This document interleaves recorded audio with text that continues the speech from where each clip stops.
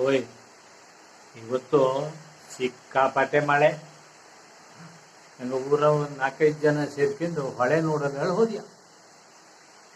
ಹಳೆ ಏನೋ ತುಂಬ ಹರಿತಾ ಇದ್ದು. ಮ್ಯಾಲೆ ನಿಂತ್ಕೊಂಡು ನೋಡ್ತಾ ಇದ್ಯಾ, ಹೊಳೆಲಿ ತೆಂಗಿನಕಾಯಿ ತೇಲ್ಸ್ಕೆ ಬರ್ತಾ ಇದ್ದು.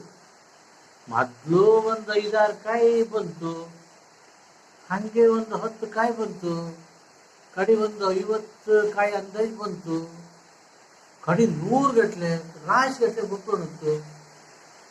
ಆಗ ಲೆಕ್ಕ ಹಾಕ್ರಿ, ಎಂಥದ್ದು ಕತೆ.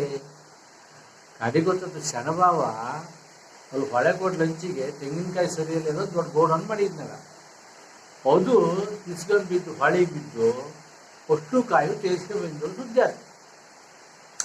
ನೋಡಲಾಗ್ತಿಲ್ಲ, ಎಂಥದ್ದು ಕಾಯಿ 1000 ಗಟ್ಟಲೆ ಕಾಯಿ ತೇಲ್ಸ್ಕೊಂಡು ಬರ್ತಾ ಇದ್ರು.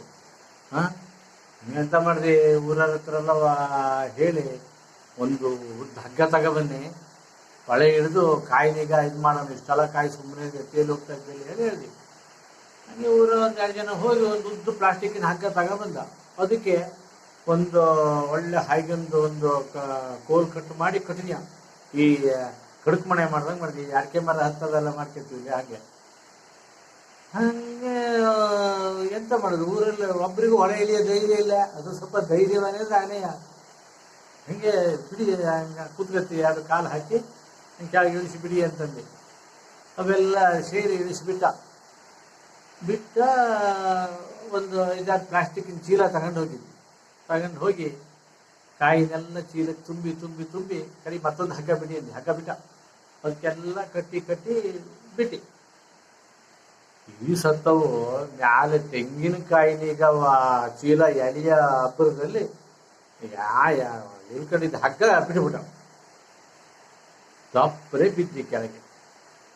ಎದ್ದಿಯವರೇ ಮೈಯೆಲ್ಲ ತಣ್ಣಗಾತು, ಹೊಳೆಯಲ್ಲಿ ಮುಳುಗ್ತಾ ಇದ್ದಿ. ಅಷ್ಟೊತ್ತಿಗೆ ಕಣ್ಬಿಟ್ಟು ನೋಡ್ತಿ, ಚಾದ್ರ ಮಂಚದ ಮೇಲೆ ಇದ್ದು, ಕೆಳಗೆ ಸಿಮೆಂಟ್ ನೆಲದಲ್ಲಿ ಮೈಯೆಲ್ಲ ತಣ್ಣಗಾಗ್ತಾ ಇದ್ದು. ಪಕ್ಕದಲ್ಲಿ ನೋಡ್ದಿ, ಹೇಳ್ತಿ ಒಳ್ಳೆ ಗೊರಕೆ ಹೊಡಿತಾ ಇದ್ದು. ಇಷ್ಟು ಬಿದ್ದು ತಣ್ಣಗೆ ಒದ್ದಾಡ್ತಾ ಇದ್ದು, ಇದು ಒಳ್ಳೆ ಗೊರಕೆ ಹೊಡಿತಾ ಇದ್ದು. ಬಿಸಿ ಜೋರು ಮಾಮೂಲ ನೋಡ್ದಿ. ಗಾಡಿಗೆ 3 ದಿವಸ ಊರ ಹತ್ರ ಹೇಳ್ತೀವಿ, ಗಾಡಿಗೆ ನಮ್ಗೆ ಕನಸು ಕಂಡ್ಕೊಂಡು ಮಂಚಿನಿಂದ ಕೆಳಗೆ ಬಿದ್ದ ಹೇಳ್ತೀವಿ.